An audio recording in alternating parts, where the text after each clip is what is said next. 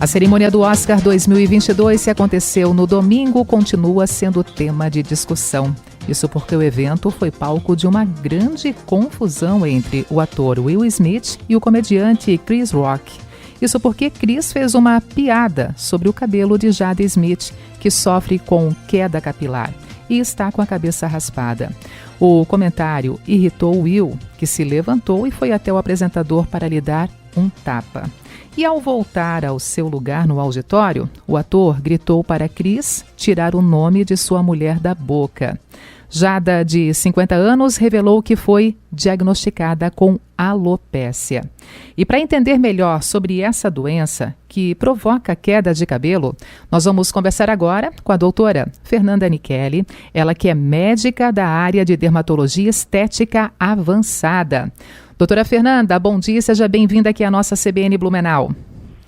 Bom dia, é um prazer estar contigo aí, com todos os teus ouvintes. Doutora Fernanda, tudo o que aconteceu na noite do último domingo, a cerimônia do Oscar e mais do que isso, falar de uma doença que para muitas pessoas até então era desconhecida, mas tantas outras continuam sem entender o que é exatamente, né? Então vamos aproveitar ao máximo essa entrevista para compreender melhor esse problema.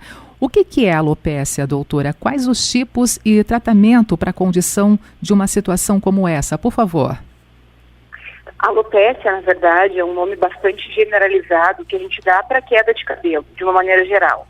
A questão é que existem vários tipos de alopécia. Para dar um exemplo para o público, existe a alopécia androgenética, que é a calvície, conhecida popularmente pela calvície. Existe a alopécia de tração, que é a alopécia muito comum, geralmente em mulheres afrodescendentes, pela tração que elas fazem com o cabelo, aquelas trancinhas no couro cabeludo, ou aquele rabo de cavalo muito tensionado, isso vai fazendo com que a testa vá aumentando e vá caindo o cabelo. E existe também a alopécia, que até então parece ser a que essa atriz tem, pelo que a mídia tem comentado, que é a alopécia areata. Essa alopécia ela acontece por uma doença autoimune.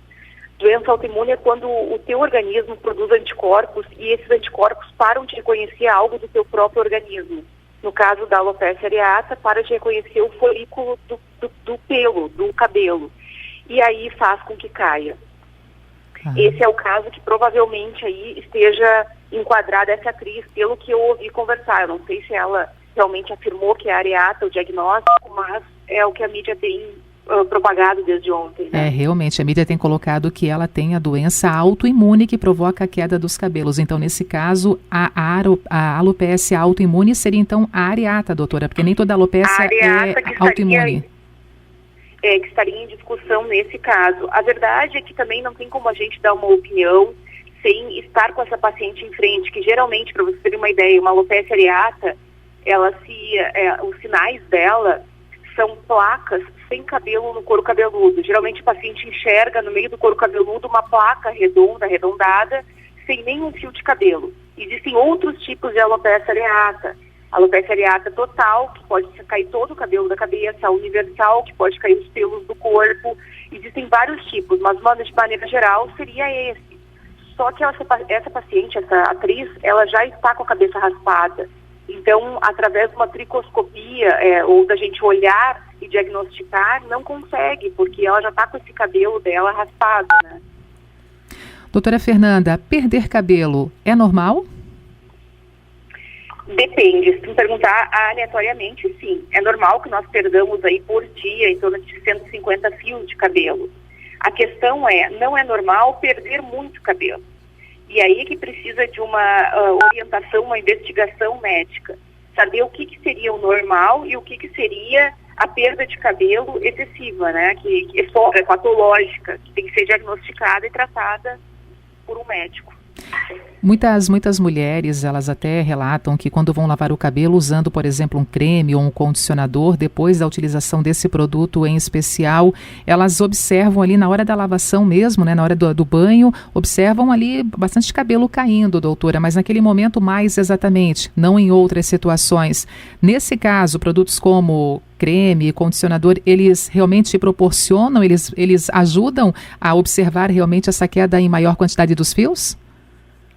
Olha, a gente dizer que o produto possa ser responsável é um pouco O critério é muito vasto, porque assim, claro que pode existir um produto tão ruim para o teu couro cabeludo e tão forte que cause uma reação na hora e ele possa cair. Sim, existe. Tanto que a gente vê a quebra química que em salão de beleza acontece. Mas, de um modo geral, um condicionador que a gente usa em casa, ele não pode ser responsável para a queda instantânea do cabelo, a menos que esse condicionador tenha alguma alteração, algum ativo que vá ao encontro de alguma patologia que esse paciente tenha.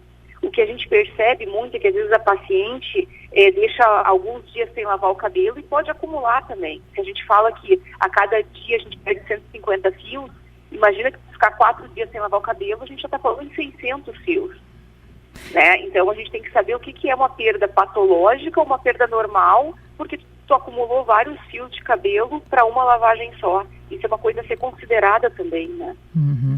E nessa questão, para entender exatamente o que é uma perda normal e uma perda patológica, imagino eu, doutora, que o melhor é procurar um profissional. E nesse caso também, nessa área de vocês, a própria dermatologia que atende pacientes com esse tipo de reclamação, doutora, é isso?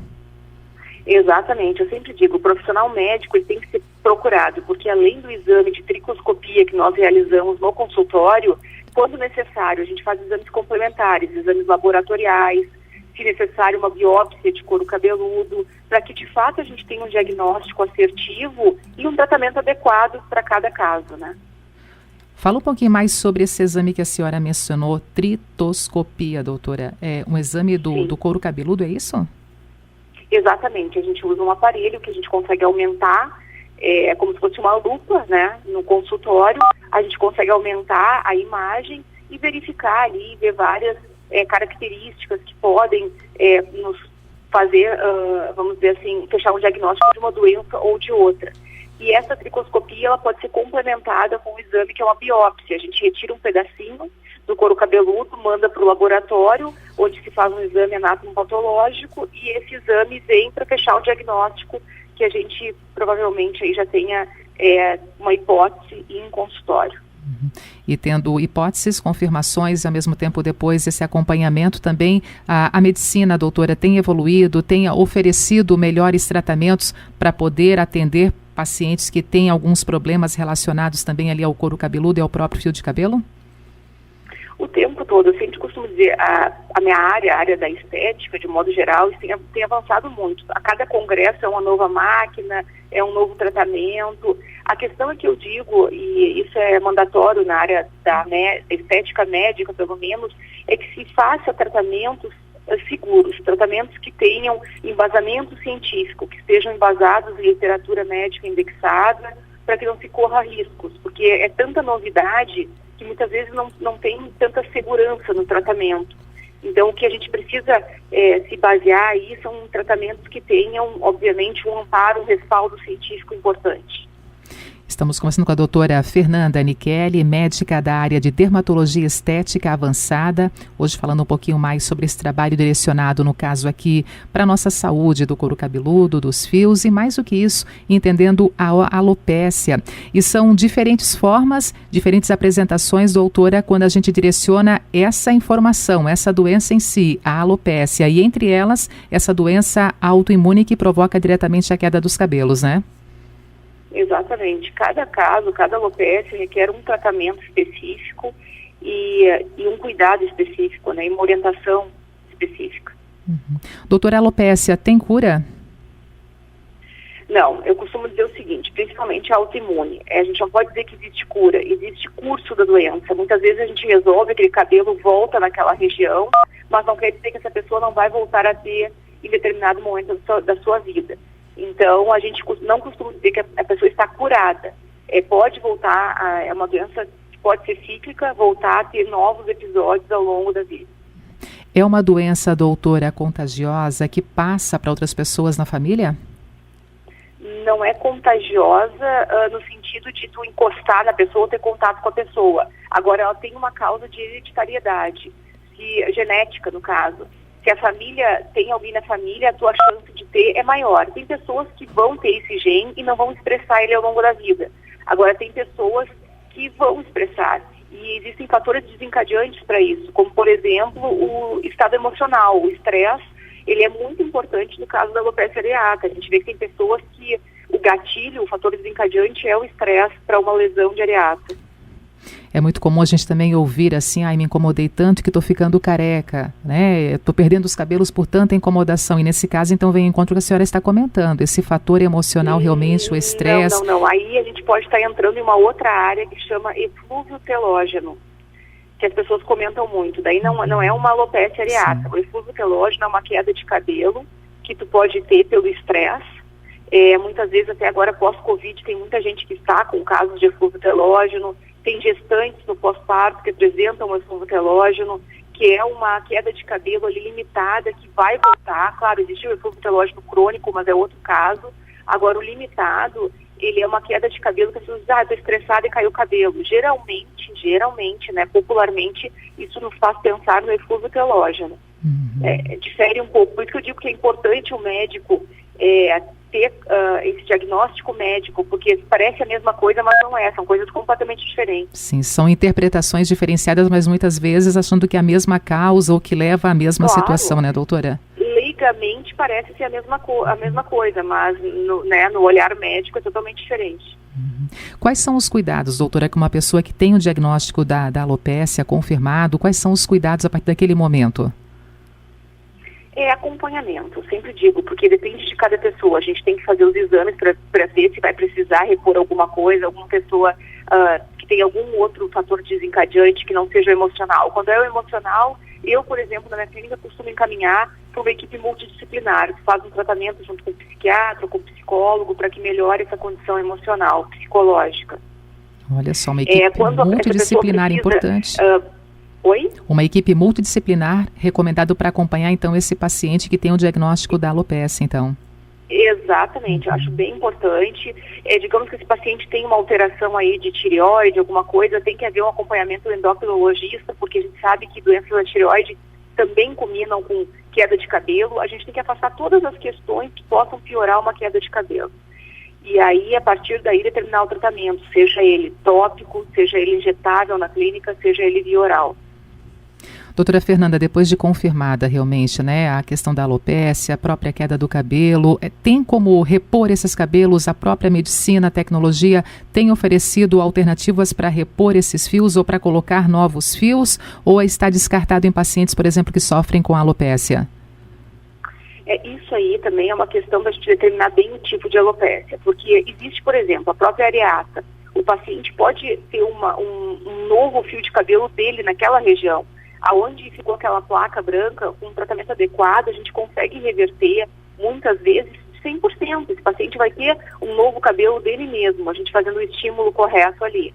Em determinados casos, vamos lá, alopecia androgenética, que é calvície, que a gente vê muito, existe o transplante capilar, que é uma opção. Eu costumo encaminhar alguns pacientes para colegas que fazem transplante capilar.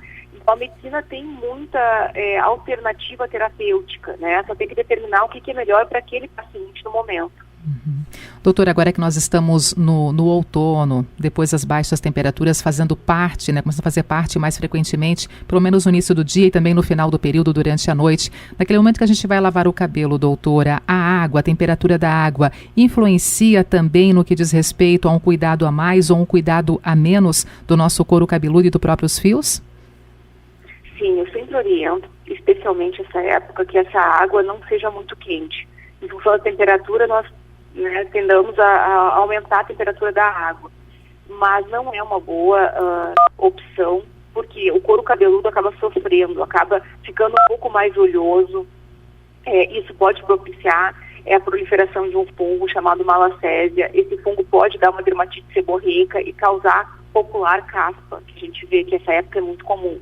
Então, sempre a temperatura da água eu oriento que deixe um pouco mais morna, para que essa lavagem seja eficaz, mas que não agrida o couro cabeludo nem o fio de cabelo.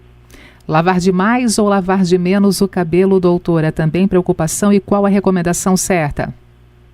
Eu oriento meus pacientes que lavem seus cabelos diariamente. Claro que uma maneira, não precisa esfregar a cabeça até machucar. Lavar de uma maneira que se faça a higienização correta do couro cabeludo, mas essa lavagem seja diária. A higiene do couro cabeludo é muito importante para a saúde do couro cabeludo. A senhora falou em preocupação com a temperatura da água. E no caso aqui, quando se utiliza, por exemplo, depois do momento que lavou o cabelo, um secador ou mesmo também a popular chapinha, doutora. Preocupação também com essa temperatura, muitas vezes acima do normal, quase que diariamente, as mulheres que utilizam recorrentemente aí as chapinhas e o próprio secador? Isso nunca vai ser uma boa ideia, tá? Não tem como a gente dizer, pode usar com tranquilidade. Não, qualquer calor, ele vai causar um dano à fibra capilar. Então, o que eu oriento no caso do secador de cabelo? Que se mantenha uma distância de pelo menos 15 centímetros do couro cabeludo e do fio do cabelo, né? Que essa temperatura do ar que sai dali não seja muito quente. Hoje, os aparelhos a gente pode colocar uma temperatura um pouco mais amena do vento. A chapinha, ela vai danificar, porque é um calor direto e em contato com a fibra do cabelo. Então, se a paciente não consegue ficar sem chapinha, a gente orienta aí que esse paciente use esses protetores térmicos que tem no mercado, Levin ou spray, que hoje existem diversas marcas que ajudam a proteger um pouco, fazer como se fosse uma película no fio do cabelo para que não haja uma agressão tão grande da temperatura. Doutora Fernanda, voltando a falar sobre a alopécia, essa doença, né, da Jade Smith, que virou centro de polêmica no Oscar 2022. Duas situações, então, para a gente poder fechar essa entrevista. Como descobrir se tenho alopécia e qual a prevenção contra esse problema, doutora? A descoberta, vamos colocar usando essa palavra, é exclusivamente médica. Isso é um caso de diagnóstico, e diagnóstico cabe ao profissional médico, né? Da maneira que eu te falei, assim, de microscopia, seja de exame físico no consultório, seja através de uma biópsia. Então, o diagnóstico é um ato médico da alopécia. E é uma maneira que a gente pode, enfim, ajudar o nosso paciente. Prevenção é um território bastante difícil de falar num caso desses, porque não tem como eu prevenir ter uma areata. Se é uma coisa que está geneticamente determinado e eu vou ter um gatilho, eu não tenho como prevenir. Não sei se meu gatilho vai ser uma alteração hormonal, se meu gatilho vai ser uma alteração emocional. Então é muito complicado a gente falar em prevenção para uma doença autoimune.